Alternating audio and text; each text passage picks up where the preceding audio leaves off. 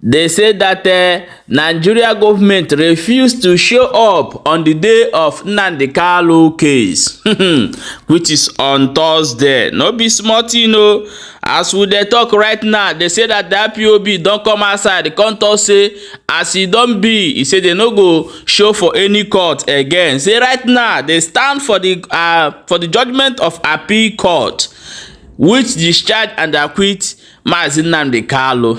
As that one dey happen, they say for Orsu, for Imo State, especially where they call Muhokabia.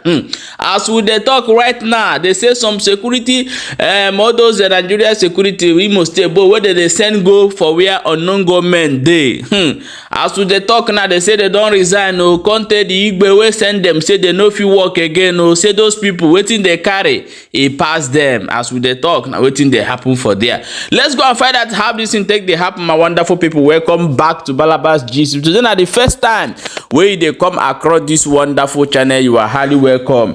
We still dey here, they bring you updates back to back as see the hot. My wonderful people, the update where they reach our table now be say that the IPOB say they no go any further court with Nigeria government as they be refusing to show up in a court case with Nnamdi Kanu. Let's look into it small and know wetin dey happen for that area. They say IPOB, which said this on Thursday in a statement issued by its media and publicity secretary, Emma Powerful, said that Nigeria government have refused to appear before the court on Thursday. Emma Powerful in a statement said that the IPOB stand by the judgment of appeal court which discharged and acquit Kanu in 2023 and order that he should not be tried again in any Nigeria court. This is where the IPOB stand as we dey talk right now. My people, let's quickly jump into also for Imo State and go know wetin dey happen for that area. I want you to watch this video that I'm going to play right now because in this video, the man who is in charge, the villages, I mean the kindred, the community, all of them gathered together and say that they are going to talk to their brothers. You know, if you watch what is happening if you watch what is happening in Nigeria now, you can understand that sometimes Funanis, they don't attack their own people. Or even Yoruba have OPC over there as well. They don't attack their own people. It's only in Igbo land you see some group of people who come outside because of money and they want to do everything undoable. But you see, the reason why today we have a lot of things happening in Southeast is because some of our people have sold their conscience with money and they don't want peace in Southeast anymore. You understand that this thing that is happening, some people are purposely fueling it. They don't want the people who come out to make peace to talk with unknown government or to talk and to know why are they, what is happening, why are they fighting with police and on army and other people. They stop those people, and what they did is they find their own way, in other way to fuel and make things that happening in Southeast today to continue. Listen very careful. If you don't understand Igbo, I'm going to explain it more better at the end of this video. Watch the video from the beginning to end. Adema nwanne m nwoke nwanne m nwaanyị nwafọ Imo ebe obodo na ana m ekene gị ana m ekenekwe ndị Orsu niile. Program anyị mere na radio bụ maka ndị Orsu. Ya mere ọ bụrụ na ime isiri di program biko achọrọ m ka ọ gaa social media so that ka ụmụnne anyị ndị Orsu na-anọghị na Nigeria na-enweghị ike igewe na radio nwe ike gee ya through the social media. Ọ ihe gbasara enweghị nchekwa nọ n'Orsu na complications enwere n'Orsu n'ihe gbasara enweghị nchekwa nke otu onye aha ya bụ agba ego nkịtị ọwụ onye Orsu kpọmkwem pụtara ime ka gọọmenti steeti Imo mana kpọmkwem njinji na-eji n'Orsu na ụdị na enwere ndị chọrọ iweta ọgba aghara na ndị na-egbu ndị mmadụ n'Orsu na ụdị na ha wụ ndị ọrụ nchekwa na obodo Orsu nọ na steeti Imo.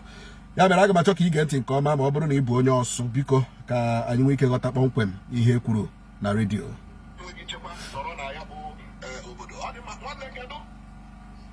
Yeah, my brother no songwa ụtụtụ ọma nwanne m. Ngwa ị ga-agba anyị aha gị gbakwana anyị kpọmkwem ihe ahụ na-eme n'Ọsụ ka ndị Imo ike jiri ntụ ha nụrụ ya n'ụtụtụ a. Oke, aha m wụ Kinsili Egomole, onye jiri akpụ ego nkịtị n'Ọsụ were mara. Esi m na Umuhu Ọkabịa nke dị na Ọsụ LGA Imo steeti. Nke bụ eziokwu na anyị nwa ndị Ọsụ LGA indigens wụ ndị betara gị akwa si ka iwepụtara anyị akwa anyị a na mkpu anyị na-eti n'ụwa niile maka na ihe ahụ ributere anyị karịziri anyị ahụ. A na-eme ya nkeji ka ọ ghara igbu anyị oge. Ọgụ a bidoro 2 to 3 years ago na ala Ọsụ LGA. Mgbe ndị yutu bịara iburu egbe were na-eme ihe ha na-eme, anyị were ya n'ọwụ ihe egwuregwu, ọ bịa mechaa gafezie n'ihe anyị tụmara anya. Anyị anọrọkwa ya na ndị gọọmenti wụ Imo steeti gọọmenti ebido na-agbakọrịta ya wụ mgbọ, agbagide mgbọ agba ya 2 years na-eje 3 years. Ọdịzie ka ndị sekuriti ndị gọọmenti na-abịa alụ ndị ọnụn gọọmenti ahụ ndị a na-akpọ nọn gọọmenti n'Ọsụ LG ọgụ. Ha na-emezi ihe ọzọ ha nwụ ndị aka ha dị ọcha, ha ma duto nọ ndị dịrị edi, ha ma ndị wu ndị. So ọ dịka a na-emetụzi ihe dịrị awụ ihe ibe ha si gawa, maka na anyị kwetara na ndị ha na-achọ nwụrụ base and location. So anyị abịa enwere grupu ekeretiri last year. That group ihe akpọrọ ya wụ Ọdịmma Ọsụ initiative. That Ọdịmma Ọsụ initiative ihe kwuru kreti ya wụ ịbịa sheki ya ihe ahụ ndị onye isi ọchịchị ndị Imo steeti na-ezite, ndị a ha na-ezite emeziri ihe ọzọ ha na-emesi ndị innocent people ihe ha na-eme ha affect. Anyị na-alọsụ some properties and some lives. Then Ọdịmma Ọsụ initiative comprised ndị eze Ọsụ LGA, ndị stakeholders Ọsụ LGA, ndị ji ego, ndị ama ama n'obodo abịa together last year were sị mba ka ha ji meet gọvanọ onye isi anyị na-achị Imo steeti ka a yọọ ya ka o bidoro ọgọdị sekuriti ya, maka na emetụrụ ihe ọzọ ha na-emezi, ọ na-emetụ innocent people affect. Sị ka ha jee yọọ ya dododo sinsi na ndị ha na-ezite amadị ndị wu ndị ọ dịka ọ na-emebitu ya ka ha biko ka o bidoro sekuriti ya, ka Ọdịmma Ọsụ initiative jiri aka ha gaa yọọ for peaceful dialogue na ụmụnne ha ahụ nọ n'Ọsụ LGA ka a mara na ha ga-ekwe repent chagharịa were drọpụkwana ya bụ egbe ha ji. Then ha gwakwara gọvanọ na ya biko Ọdịmma Ọsụ initiative gwakwara gọvanọ na ya biko na ya grant ha permission cover so that ọ bụrụ na e mere ụmụnne anyị ndị Ọsụ ahụ nọ ebe ahụ ndị pụtara apụta ka gọọmenti nwee ike inye ha amnesty.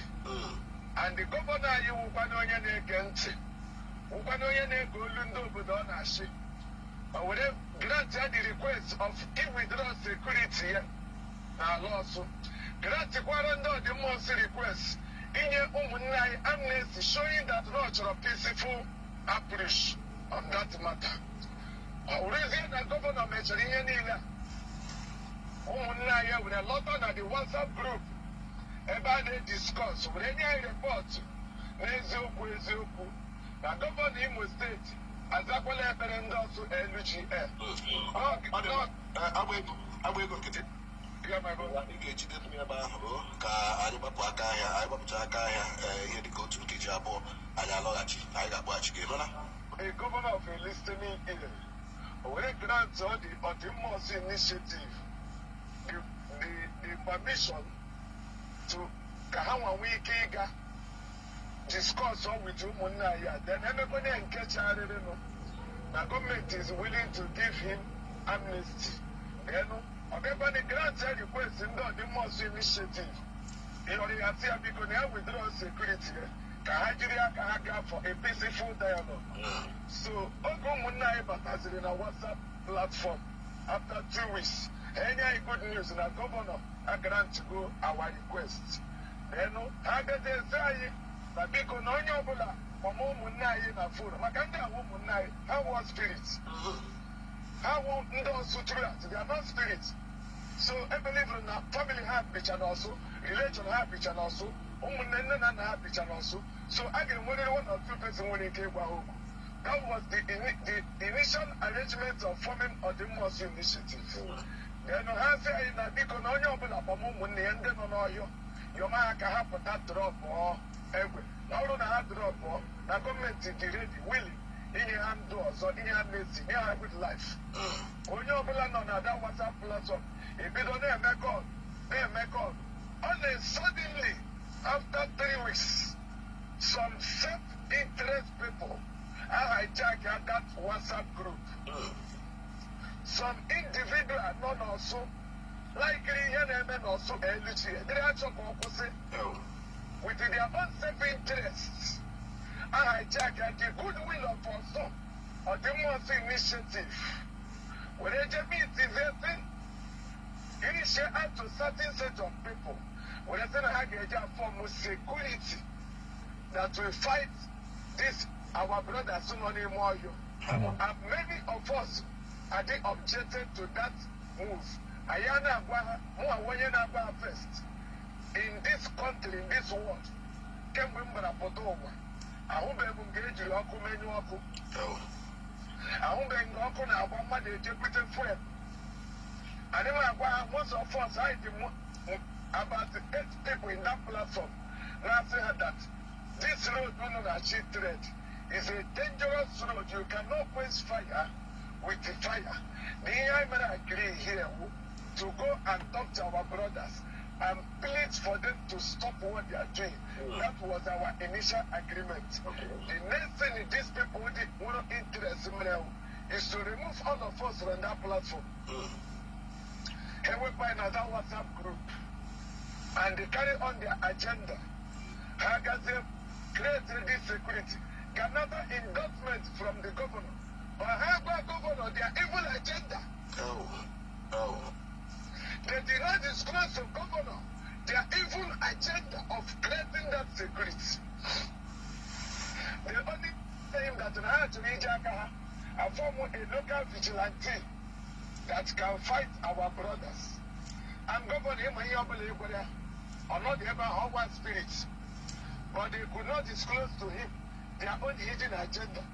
And governor grant them go ahead of them. How will they form one security?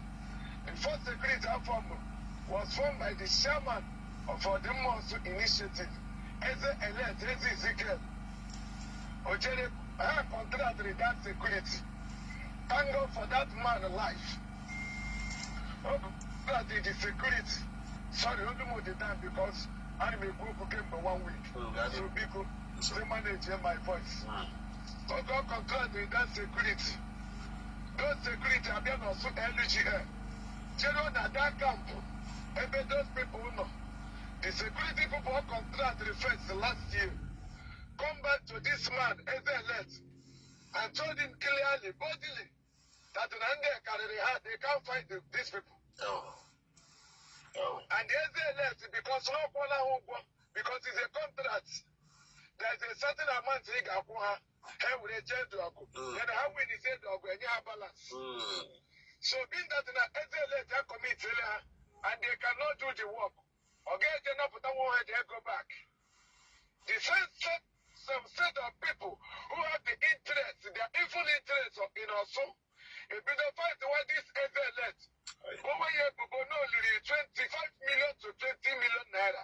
And you never contact that security that be alone there, Omaka Orsu Ogo. And the next thing is to demote that man. Then after that demote, they hang on your nabo, and tell on Jimebu from Asa Ubrele. How we need the security, need the full control to act as acting chairman of Orsu initiative. Ọ dị mma, anyị ga-aba na part 2. Achọrọ m ka anyị were ihe na nkeji ka ọ hapụ ịraga ahụ ogige. So anyị ga-aba na the part 2 ka ọ dị ugbu a. Achọrọ m ka ị gee ntị ọfụma. Now, Eshila from Anapole as elect the chairmanship of the Uzodinma Orsu initiative. Wereze enye onye ọzọ a na-akpọ Etel. Ọ ụzọ ebe a ugbu a ka nsogbu n'obido. Ngwa, part 2. Okay, my wonderful people, welcome back. As you done listening and hear waiting that our brother talk for inside this particular video where you listen now, and this information is coming from Nosonkwa. My people, do you know what is currently happening inside East now? Is that yes, we are fighting for freedom and we need our freedom, but we cannot destroy our land the way that it will cost us much to repair when we get our freedom. A lot of you will say, when that time? But remember that everything that have beginning also have end. Remember that in your mind. So these people, this group of people are looking for anything they will do, are trying their best so that people will now see the struggle and say, if you talk about Biafra, they say, we are not interested. We don't want to forget, carry this your Biafra, they go one side. This is what is currently happening in this struggle. But most of you people do not know. Because when people get tired of what you are saying every day and what you are doing every day, the next thing they will do is they give up on it. You may think because of your mind, the way you want to have your freedom, the way you want to, you may say, no, that one you are saying, no problem. And my mind, I'm very strong, but you don't know other people's mind. So I pray that Chukwu Okike will give us the strength and the eyes to fish out all those people who are trying to frustrate this struggle so that we'll fish them out. You see what is happening in Umuhokaiba today? If you watch this story, it's very clear. The people are trying to stop police. They stop police and army from coming to their village. Now they have a meeting to go and discuss with their brothers and ask them what is the problem and what they want for peace to reign. And another people are coming in to stop it. They want to use their own power first because they collected money from somewhere else to stop it. My people, please share this video. This is now waiting. They go on for Igbo land because when they say insecurity, now people are doing this. They need to feed these people. Like as this thing happen now, as they claim that they have a government in Imo State, the people they're supposed to go and ask questions is not even the unknown government again. It's those people who are trying to use violence to quench fire. You cannot use fire to quench fire, like as our brother have said in this video. So that the people they have to go and question, those group of people who remove those who are for peace and want to do it in their own way, those are the people they should ask question of what is happening in that Olusun side. My people, we will see you for the next update as it is hot, but we are going to talk more about this video in the comment section. Share this video.